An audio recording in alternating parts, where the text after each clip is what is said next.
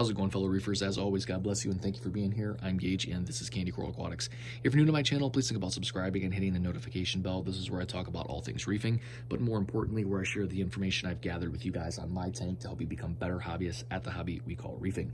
Today's video is going to be a update on the tank, some things that I've added, and some ideas, and kind of some goals and some plans that I have from here on out with the system and for you guys. So the first thing that I want to talk about is I added a second light to my system, and I also upgraded the mounting system for my lights. For those of you that remember, I was running one Hydra 26 HD with a gooseneck attachment. That's what the light was hanging on. I have since upgraded the attachments, and I also added a second Hydra 26 HD to the system.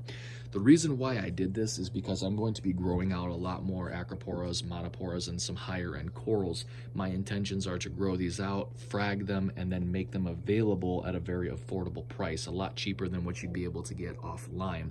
Reason why I'm doing this is, just to kind of be able to provide everybody out there, every reefer out there, with a very nice coral for a very affordable price. Really, that's the only reason I'm doing it.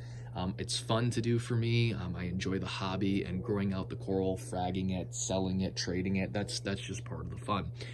So the reason I added that second light, like I mentioned, is I want to be able to grow more of these higher end corals so I can start, fragging them out. And I felt like with one light, yes, I was able to grow acros, but since I'm going to be ordering a lot more of, acropora, monopora, and different types of coral, I really wanted to run two lights because I wanted to double that par output and I wanted to double the spread, the coverage area.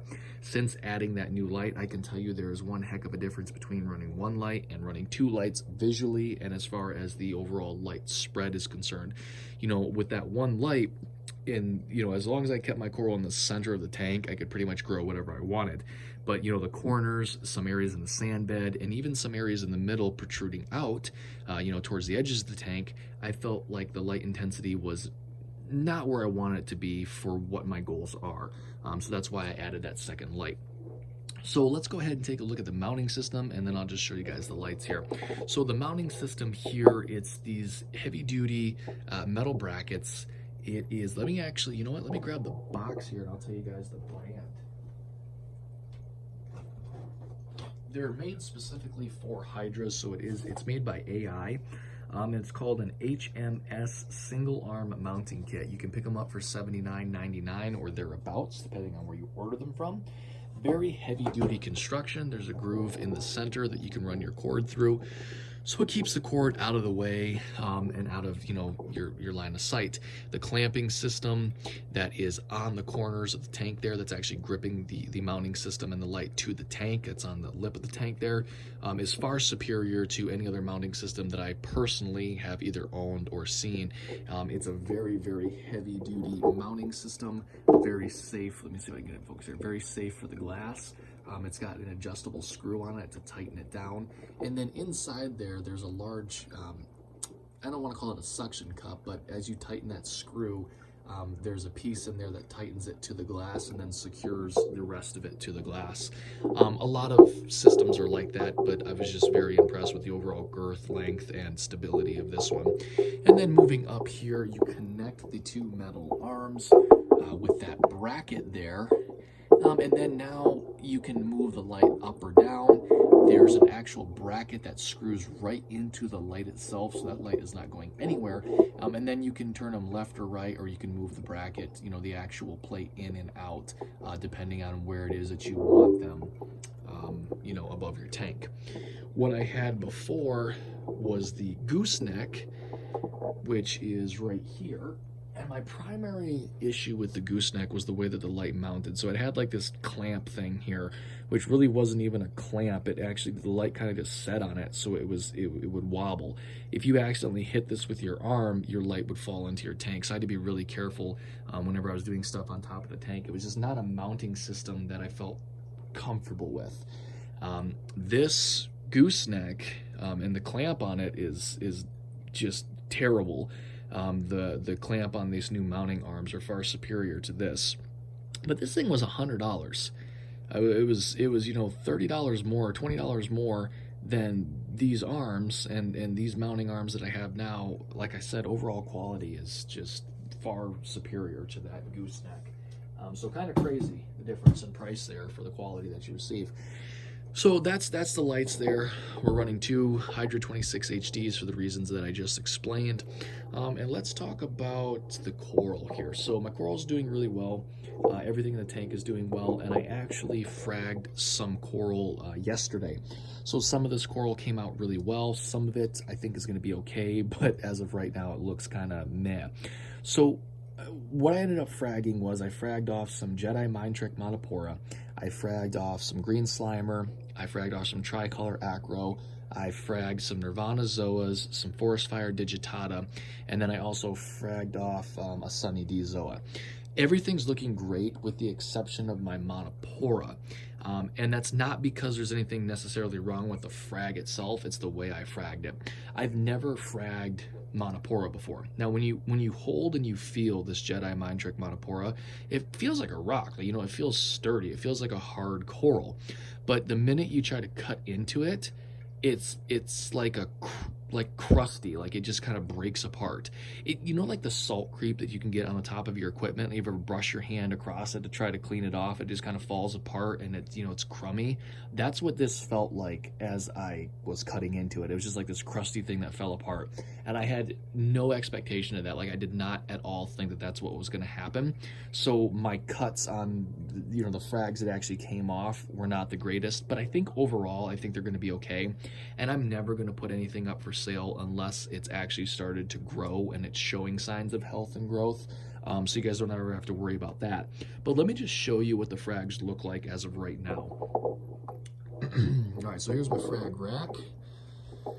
Okay, so let me get this in position here and then I'll try to focus it a little bit better. So right here are the Nirvanas. So there's 3 pallies right there of Nirvana Zoas. The third one's closed up right now, but all 3 were open this morning, so all 3 of those are doing just fine. There is the Sunny D right there. You can see that that's doing great. There's a Green Slimer next to it, the Forest Fire Digitata in the back of the Green Slimer, another Green Slimer up front, and then here is the Tricolor Acro right there. That came off of this colony right there in the back of that tricolor there. And then we have the 2 pieces of the Jedi Mind Trick Monopora. They look okay. They're not the greatest for the reasons I explained, but they look okay. The polyps are out on them. They're green, you know, they have vibrant color. I think they're going to be just fine. I think it just might take them a little while to kind of heal from that. Here is the colony, if you will, that I cut them off of. So yeah, they're going to be fine. I think it's just going to take a little bit of time. Rest of the coral in the tank is doing well. As you can see here, everything's looking really good. So no real issues with anything as of late. There's the other Zoas that I've got yet to frag, or I have yet to frag. There is the Sunny Ds that I pulled that one frag off of. There's all the Nirvanas mixed in with some other stuff. So yeah, I've definitely got a lot of stuff to frag, and I'm really excited for the stuff that I ordered from WWC that will be here, I think, May 5th. So once that comes in, I ordered some acro. It was called WWC Blueberry Acropora, I believe is what it was. That's a gorgeous coral. There's another acro, I can't think of the name, but it looks like it was splattered with neon paint. Like it's insane. That's going to be coming. And then I also ordered some, what were they called? Cotton candy acans. So I'll be growing some of those out. Those are like a really vibrant pink, which I think is really cool because you don't really see pinks very often in the hobby, right?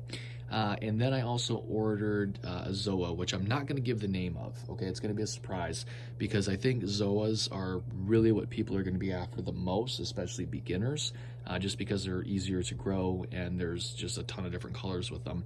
So this Zoa is regularly, I want to say it's like 90 bucks a head. Like for one little polyp, it's regularly $90. I got it on sale for 80, so about 10 bucks off. So once this grows out, I'll be selling them not for $80 a polyp. I wouldn't do that. I'll actually probably be selling them for about probably about half that. I'll probably sell them for 40 bucks a polyp. Is that still expensive? Yes, but trust me when I tell you guys, if you buy one of these and let them grow out, they most definitely 100% will be a centerpiece of your tank. It's something that you're probably not going to see in very many people's tanks at all. It's really cool. I'm excited to get them here. So once it's here, I'll show you guys what it is. And then, you know, as I get better at this fragging thing and my frags start to grow out, you know, I'll make them available to you guys. And, you know, like I said, I'm not out to get rich off of this. You know, so my prices will be very fair. So anybody out there that's interested in anything, just go ahead and let me know and we can work something out. But yeah, that's kind of what's been going on with the tank. So I'm excited to get into fragging. I actually purchased some different tools here for fragging. Where's my,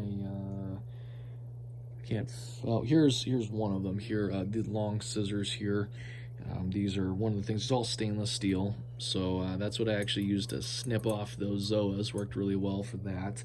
I got some bone cutters here, some heavy duty bone cutters. So fragging, you know, the acropora and anything else stoning like that will be a breeze.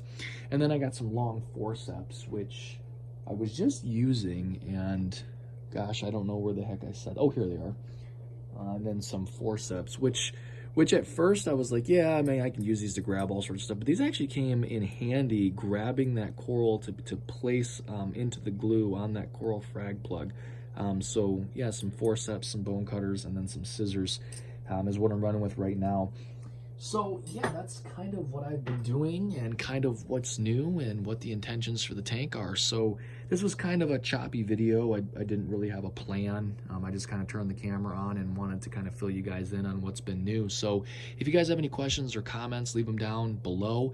And you know, hey, let's make a video. You know, if you guys want me to make a new topic for discussion, let me know in the comments down below, because I'd love to pump out another video for you guys. So until next time, guys, take care and God bless.